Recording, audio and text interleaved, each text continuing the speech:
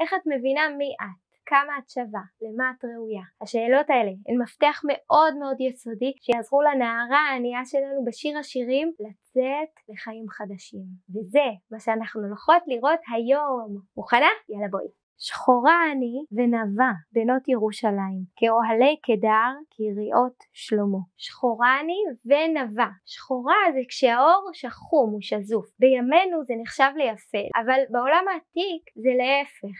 כי אם את שחומה ושזופה זה אומר שאין לך כסף, ולכן את צריכה לצאת לעבוד בשדות, ואם היית עשירה והיו לך חיים של שפע, האור שלך היה צח, לבן. אז היא מדברת כאן לבנות ירושלים. זה איזשהם דמויות כאלה של בנות שמסתובבות בשיר השירים. אתן רואות אותי שחורה, אבל זאת ו' בניגוד, שחורה אני ונבה. בפנים אני נבה. אל תראוני שאני שחרחורת, שזפתני השמש. אל תראו אותי ככה מסכנה ענייה, זה רק שיזוף.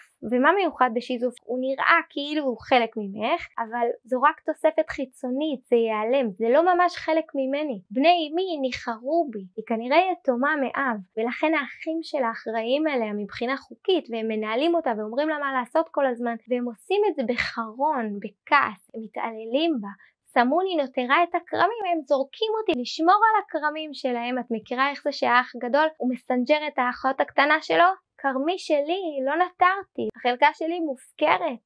יש כאן תמונה מאוד מיוחדת, מעין דיוקן עצמי שהנערה שלנו מציירת על עצמה. היא לא שופטת את עצמה על פי המציאות החיצונית שהיא נקלעה אליה, אלא על בסיס המהות הפנימית שלה. מבחוץ אני יודעת שאני נראית כמו אוהלי קדר. נכשלתי בכל המבחנים, אני ענייה, אני חסרת קול, אבל וזאת גדולה אדירה של הראיה המדהימה הזו, אני לא קונה את זה. אני יודעת שיש בתוכי הרבה יותר. בתוך תוכי יש יריעות שלמה. ולא רואים את זה בחוץ, אבל אני מאמינה שזה קיים, ושאני יכולה וצריכה ומחויבת לחשוף את זה. זה קרה לי המון פעמים לאורך החיים, שבלבלתי בין ההישגים החיצוניים שלי לבין מי שאני. תשמעי, יש סיפור ששמעתי על פט ריילי, שהיה מאמן של איזה קבוצת כדורסל מפורסמת אמריקאית, והם הפסידו הפסד מוחץ באיזה משחק מאוד חשוב, ואנשי תקשורת באו אליו ושאלו אותו, נו איך אתה מרגיש הערב?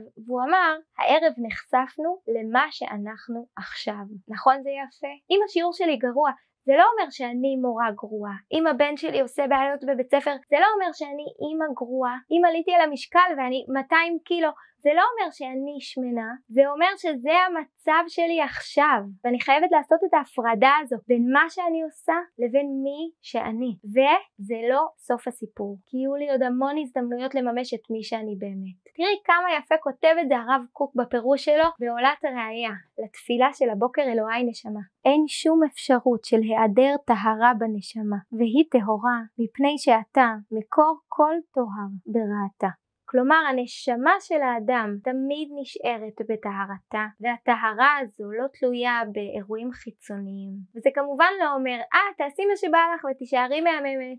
ממש לא, המעשים הם מאוד חשובים, אבל זה מעין זיכרון שתמיד יש בך מקום טהור שאת יכולה וצריכה ומחויבת לשוב אליו, והוא העיקר והוא הקבוע. המעשים הרעים שלך, הכישלונות, הם בבחינת שיזוף חיצוני, הם עלייך אבל הם לא חלק מהותי ממך ממש, ולכן תמיד אפשר להתנקות מהם. יש לנו משיכה תמידית כזאת להצמד ולשפוט דברים לפי החיצוני, כי זה הרבה יותר ניכר, הרבה יותר קל, הרבה יותר זמין, וכשזה נוגע בנו אז אנחנו מתייגים את עצמנו ומגדירים את עצמנו ומכריזים על עצמנו לפי המאורעות החיצוניים האלה שפוקדים אותנו. והרבה פעמים זה סוגר אותנו באיזה מין תא קטן וצפוף כזה שאת מרגישה שאת לא יכולה לצאת ממנו, וכשאת בתוך הקופסה הקטנה הזאת את לא מצליחה לראות את התמונה הגדולה שיש בי גדולה וטוהר ואמת עצומה, והיא הזהות והמהות הקבועה, היציבה והאמיתית שלי.